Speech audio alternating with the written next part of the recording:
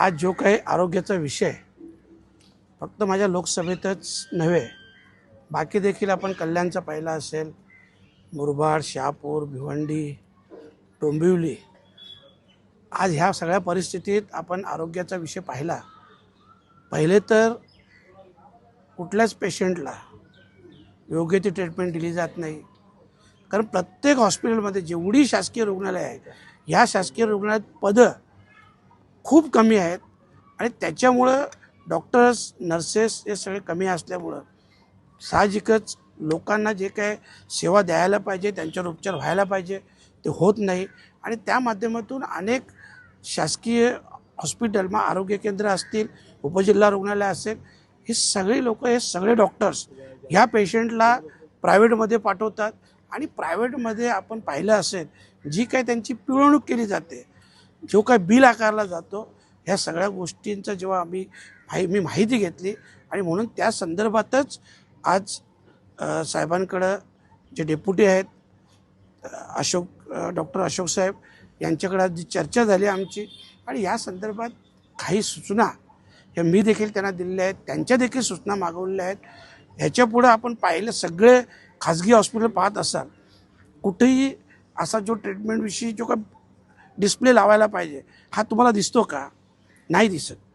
कारण खरं म्हटलं तर हे कायदेशीर आहे आणि कंपल्सरी आहे, परंतु कुठलाच प्रायव्हेट हॉस्पिटलवाला ते डिस्प्ले लावत नाही. तर ह्याच्यापुढं जिल्ह्यामध्ये ज्या ज्या हॉस्पिटलमध्ये तो डिस्प्ले नसेल, आणि तोही समोर, रिसेप्शनच्या समोर तो डिस्प्ले असलाच पाहिजे, तरच, नाही तर त्या हॉस्पिटलवर देखील कारवाई व्हायला पाहिजे. अशा प्रकारच्या देखील विनंती वजा सूचना ही सगळ्या अधिकाऱ्यांना, सगळ्या डॉक्टर्सना देखील केलेली आहे.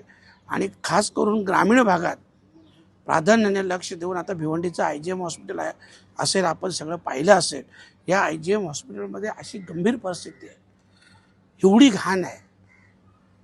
रुक्मिणी हॉस्पिटलला जा तुम्ही, अपुरे डॉक्टर, एक तर एवढी मोठी लोकसंख्या, आणि या लोकसंख्येला पुरेसं स्टाफ नसल्यामुळं लोकांची खूप हेळसांड होते आणि गोरगरीब लोक. आणि दुसरं एक महत्त्वाचं आहे, त्या आमच्याकडे जेवढे डिलिव्हरी पेशंट येतात, मी मुद्दाम IGMला विचारलं, शहापूरला विचारलं, मुरबाडला विचारलं, सगळ्या ठिकाणी जी डिलिव्हरी पेशंटची परिस्थिती पाहिली, एक धक्कादायक परिस्थिती आहे की 100तून 25 ते 30% ज्या 100% डिलिव्हरी होतात, त्यातून 25 ते 30% सिझरिंग होतात. कारण हा आज बिझनेस झालेला आहे, किंवा सिझरिंगच्या नावाखाली आमच्या माता भगिनींना घाबरवलं जातं. ह्या सगळ्या गोष्टींसाठी आज मी नांदापूरकर साहेबांची भेट घेतली आणि ज्या काही सूचना करायच्या होत्या, जे काही अर्ज द्यायचे होते, मी ॲप्लिकेशन देखील दिलेलं आहे. नाही बघा, आता जी काही कामं आहेत, म्हणून ह्या मीटिंगमध्ये PWDच्या अधिकाऱ्यांनी देखील बोललं होतं आणि सगळ्या डॉक्टर्सना MOना मी सांगितलं की तुमच्या हॉस्पिटलमध्ये जी काही पेंडिंग असतील कामं PWDची, आणि बरीचशी जी काही पेंडिंग होती, बदलापूरची 2 कामं पेंडिंग होती, मी त्वरित DPOना फोन लावला आणि उद्याच बदलापूरच्या त्या कामांसंदर्भात PWDच्या अधिकाऱ्यांनी देखील बोलले. कारण उद्या दिशा समितीची मीटिंग आहे, त्या संदर्भात तिथंच त्या गोष्टी देखील केल्या जाईल. आणि जिथं जिथं आवश्यकता असेल, मी त्यांना सांगितलं, काही ॲम्ब्युलन्सची देखील रिक्वायरमेंट आहे, त्यांना मी सांगितलं, मी सगळ्या आमदारांना रिक्वेस्ट करेन, मी देखील तुम्हाला 2-3 ॲम्ब्युलन्स देईन, पण जिथं जिथं ज्या ज्या आवश्यकता आहे, तुम्ही देखील आम्हाला सूचना करा आणि आम्ही त्याप्रमाणे फॉलो करू. मान्यतेसाठी पत्र गेला. 1 वर्ष जर आरोग्य विभागाचं काम थांबत असेल, तर तुम्ही सांगा, ही सर्वसामान्यांची प्रतारणा नाही का? सर्वसामान्यांना अन्याय नाही का? मी त्यांना स्पष्ट सांगितलं की हॉस्पिटलचा आरोग्याचा विषय असेल आणि शिक्षणाचा विषय असेल, या कुठल्याही बाबतीत ह्यापुढं या जिल्ह्यात हलगर्जीपणा होता कामा नये.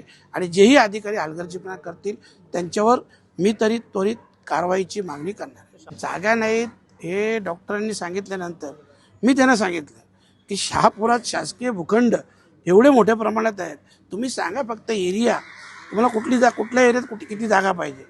तेव्हा त्यांनी आता सांगितलं की त्यांनी भातसाच्या इथे एक जागा फायनल केलेली आहे, 10 एकरच्या वर आहे.